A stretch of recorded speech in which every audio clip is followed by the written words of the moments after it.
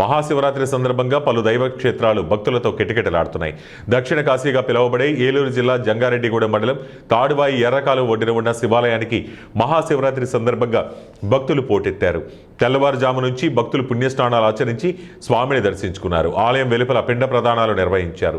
ఈ సందర్భంగా ఆలయం వద్ద ఎటువంటి అవాంఛనీయ ఘటనలు జరగకుండా పోలీసులు గట్టి బందోబస్తు చర్యలు చేపట్టారు.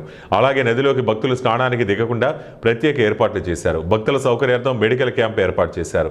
మొదటి రోజు శివరాత్రి సందర్భంగా తెల్లవారుజాము నుండి ప్రత్యేక అభిషేకాలు నిర్వహిస్తామని, రెండవ రోజు బ్రహ్మోత్సవం నిర్వహించి మూడవ రోజు స్వామివారి కళ్యాణం నిర్వహిస్తామని అర్చకులు తెలిపారు. అనంతేశ్వర స్వామి కళ్యాణం 4వ రోజు నిర్వహించి 5వ రోజు పవళింపు సేవతో ఉత్సవాలు ముగుస్తాయని తెలిపారు.